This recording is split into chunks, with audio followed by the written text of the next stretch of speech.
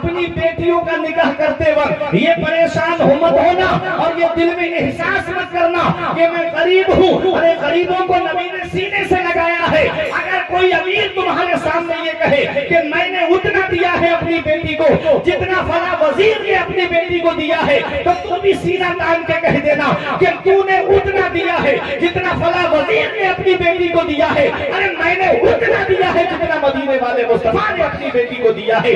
تیرے لیے وہ امیر کا طریقہ مبارک ہو, میرے لیے میرے نبی کی سنت مبارک ہو. تو نبی کی سنت, پیغمبر اسلام کو کتنی محبت ہے. غریبوں سے دیکھو, نبی نے جب اپنی بیٹی فاطمہ کو رخصت کیا, آج ہمارے گھروں کے ہمارے معاشرے کا ماحول بدل گیا. نبی کریم کی ہم سنتوں کو اپنا لے گا تو کورٹ کچہریوں کے جھگڑے ختم ہو جائیں. کیسے زندگی گزارنے کا سلیقہ ہمارے نبی نے کو سکھایا. نبی نے جب اپنی بیٹی فاطمہ کا نکاح کیا اور جب اپنی بیٹی کو رخصت کرتے وقت جو چادر اڑائی تھی نبی نے نا, 17 پیوند لگے ہوئے تھے اس چادر میں. 17 پیوند, 16 پیوند کپڑے کے, 17واں پیوند اونٹ کی کھال کا تھا. جس کے گھر کی یہ شان کے کھاتے ہیں تیرے در کا, پیتے ہیں تیرے در کا, پانی ہے تیرا پانی, دانا ہے تیرا دانا, تمام شاہ و گدا پل رہے ہیں اس در سے, ملی جہان کو روزی صدا مدینے. اس گھرانے کی یہ شان ہے. نبی نے اپنی بیٹی فاطمہ کو رخصت کرتے وقت اپنے سینے سے لگا کے فرمایا, فاطمہ میری بیٹی, آج تم میرے گھر سے رخصت ہو کے جا رہی ہو. میری بیٹی, مجھ سے قیامت میں اس حال میں ملنا کہ تیرا شوہر علی تجھ سے راضی ہے. اپنے شوہر کی فرما برداری کرتے رہنا, اپنے شوہر کا کہنا مانتے رہنا. شوہر کا کیا مقام ہے میری ماں اور بہنوں, اس کا پتہ تب چلتا ہے کہ جب شوہر کا سایہ سر سے اڑ جاتا ہے. جب تک وہ زندہ رہتا ہے بیچارہ کبھی دلی کمانے جا رہا ہے, کبھی ممبئی کمانے جا رہا ہے, کبھی بنگلور کمانے جا رہا ہے, کبھی باہر لکھنؤ کمانے جا رہا ہے, کہیں دور دراز کمانے جا رہا ہے, کوئی سعودی 3 سال کے لیے چلا جا رہا ہے اپنے بیوی بچوں کی خاطر. اور جب گھر میں آئے اسے گھر میں بھی عزت نہ ملے. ہم نے دیکھا ہے ان ماں اور بہنوں کو کہ جو اپنے شوہروں کی عزت نہیں کرتی تھی, جس دن شوہر کا سایہ سر سے اٹھ گیا نا, اس کی چارپائی گھر سے اٹھ گئی. عید کے موقع پر بھی بیچاری آنسو بہا کے سوچتی ہے, کاش میرے بچوں کو کوئی نئے کپڑے بنا کے دے دیتا, کاش میرے بچوں کے لیے کوئی کھانے پینے کا سامان لا کے دے دیتا. جب تک شوہر زندہ ہوتا ہے, چاہے سسرال میں رہے اور چاہے میکے میں رہے, دونوں جگہ عزت ہوتی ہے اس کی. اور جہاں شوہر کا سایہ سر سے اٹھا, کوئی محبت کی نگاہ سے دیکھنے والا نہیں ہوتا. چند دن محبت دکھاتے ہیں, چاہے سسرال والے ہو چاہے میکے والے ہو, پھر وہی اپنی زندگی اسے گزارتے ہیں. یہ شوہر اللہ کی اتنی بڑی نعمت ہے. نبی فرماتے ہیں اللہ کے علاوہ کسی اور کو سجدہ جائز ہوتا تو میں عورتوں کو حکم دیتا کہ وہ اپنے شوہروں کو سجدہ کریں. اور اتنی محبت ہے نبی کو کہ نبی نے حجۃ الوداع کے موقع پہ فرمایا تھا, 1.25 لاکھ صحابہ کے مجمع میں میں عورتوں کے حق میں تم کو خبردار کرتا ہوں, خود کھاؤ تو انہیں بھی کھلانا, تم اپنی بیویوں کے ساتھ اچھا برتاؤ کرنا, تم اپنی بیویوں کے ساتھ محبت سے پیش آنا. یہ کس نے پیغام دیا تھا؟ یہ نبی نے دیا تھا. وہ باپ کا آنگن تمہارے لیے چھوڑ کر آئی, وہ ماں کی ممتا تمہارے لیے چھوڑ کر آئی, وہ بھائیوں کا ساتھ تمہارے لیے چھوڑ کر آئی, وہ بہنوں کا ساتھ تمہارے لیے چھوڑ کر آئی. بتاؤ تمہارے گھر میں بھی اس کو عزت نہ ملے گی تو پھر وہ عزت کہاں تلاش کرے گی؟ آج ہمارے گھروں کے معاشرے ایسے ماحول بدلتے چلے گئے. آج بدنگاہی نے ہمارے گھروں کو تباہی کے اس دہانے پہ پہنچا دیا. آدمی اپنی بیوی سے تو محبت سے بات نہیں کرتا, اپنی بیوی سے پیار سے بات نہیں کرتا. یاد رکھنا پیارے مسلمانوں, ہر چیز تمہیں گوگل پہ, انٹرنیٹ پہ, سوشل میڈیا پہ نہیں ملے گی. یاد رکھو زندگی جینے کے سلیقے نبی کی حدیث پہ عمل کرنے سے ملتے ہیں, پیغمبر اسلام کی شریعت کو اپنانے سے ملتے ہیں. نبی کریم صلی اللہ علیہ وسلم کو کتنی محبت ہے بیٹیوں سے. دیکھو پیغمبر اسلام اپنی بیٹی فاطمہ کو جب رخصت کرتے ہیں نا, تو پہلی نصیحت فرماتے, بیٹی فاطمہ اب مجھ سے بیٹی اس حال میں ملنا کہ تیرا شوہر علی تجھ سے راضی ہو. اپنے شوہر کی فرما برداری کرتے رہنا. اپنے شوہر کا کہنا مانتے رہنا. پوچھا حضرت فاطمہ نے بابا علی کیسے راضی رہیں گے, وہ طریقہ بھی تو بتا دیجئے. تو نبی نے فرمایا فاطمہ جب جب علی گھر میں آیا کرے انہیں سلام پہلے تم کر لیا کرے. سلام کرنے سے محبت بڑھتی ہے, سلام کرنے سے پیار بڑھتا ہے.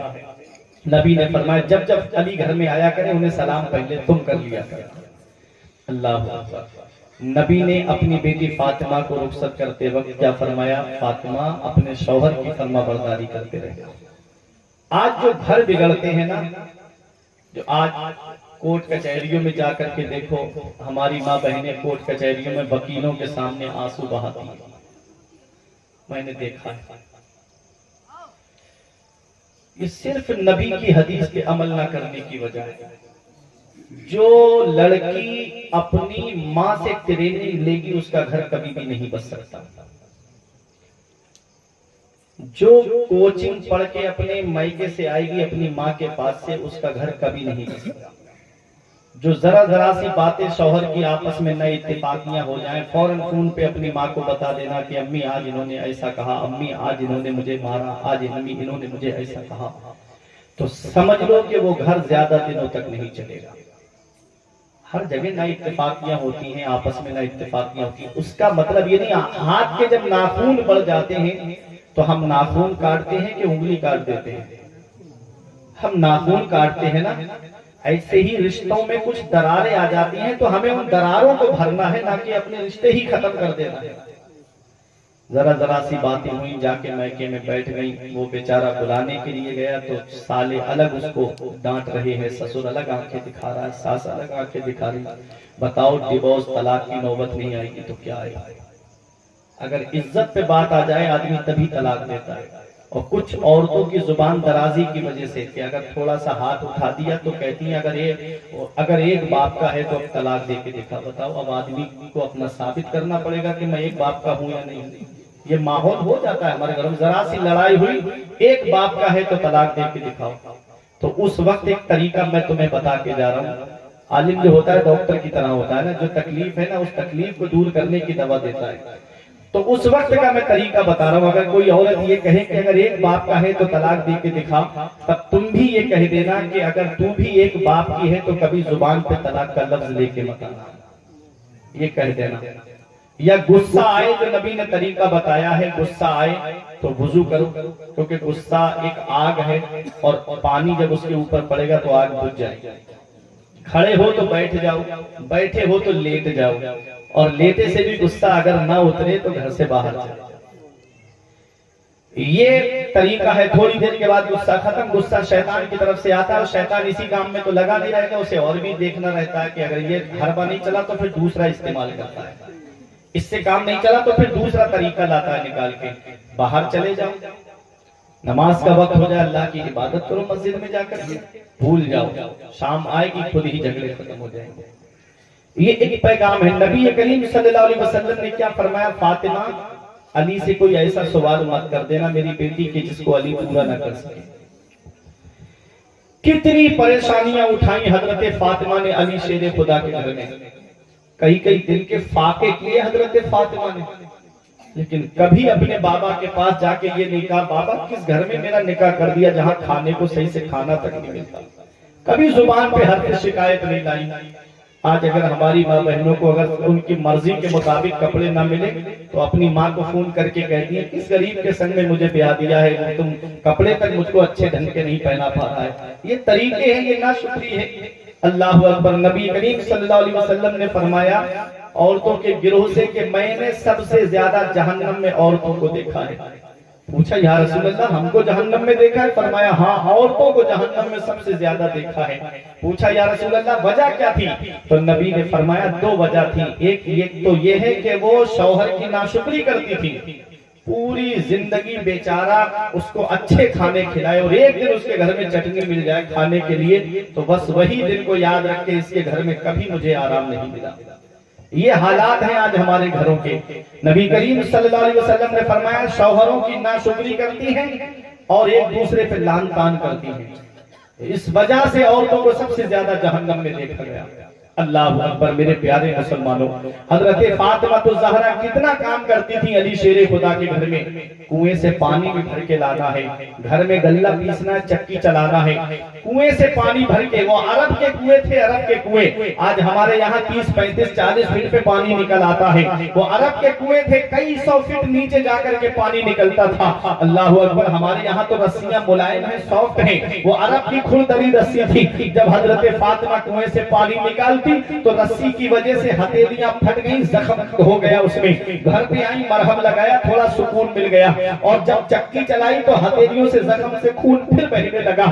حضرت علی شیر خدا شام کے وقت آئے تو حضرت فاطمہ الزہرا نے اپنی ہتھیلیوں کو بند کر کے مولا علی کے سامنے بیٹھ گئی۔ علی شیر خدا جب آئے تو حضرت فاطمہ الزہرا نے اپنی ہتھیلیوں کو جب کھولا تو خون کی 2-3 بوندیں زمین پہ ٹپک گئی۔ علی شیر خدا کہتے ہیں فاطمہ ذرا اپنے ہاتھ دکھانا، جیسے ہی ہاتھ دکھائے تو خون بہ رہا تھا، ہتھیلیاں لہو لہان تھی حضرت فاطمہ کی۔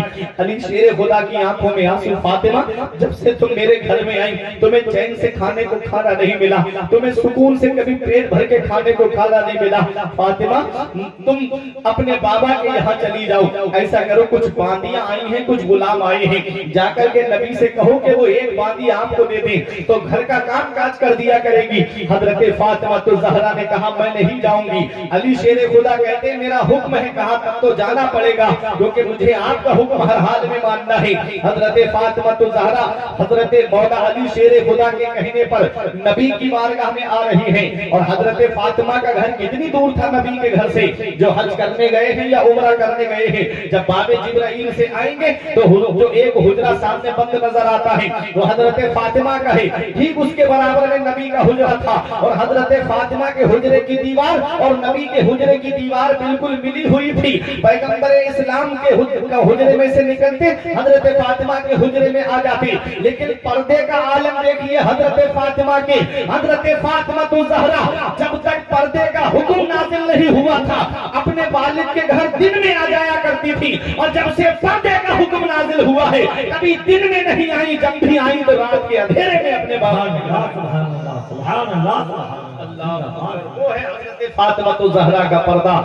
اسی کو امام عشق و محبت کہتے ہیں، جن کا آنچل نہ دیکھا بہو مہر میں، اس ردائے نزاہت پہ لاکھوں سلام، سیدہ زاہدہ طیبہ طاہرہ جان احمد کی راحت پہ لاکھوں سلام، خون خیر الرسل سے ہے جن کا خمیر، ان کی بے لوث طینت پہ لاکھوں سلام۔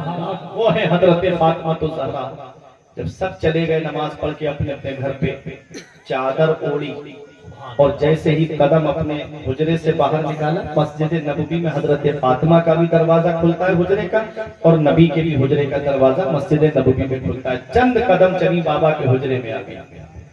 پردہ دیکھیں حضرت فاطمہ کا، جن کا آنچل نہ دیکھا بہو مہر نے، اس ردائے نزاہت پہ لاکھوں سلام۔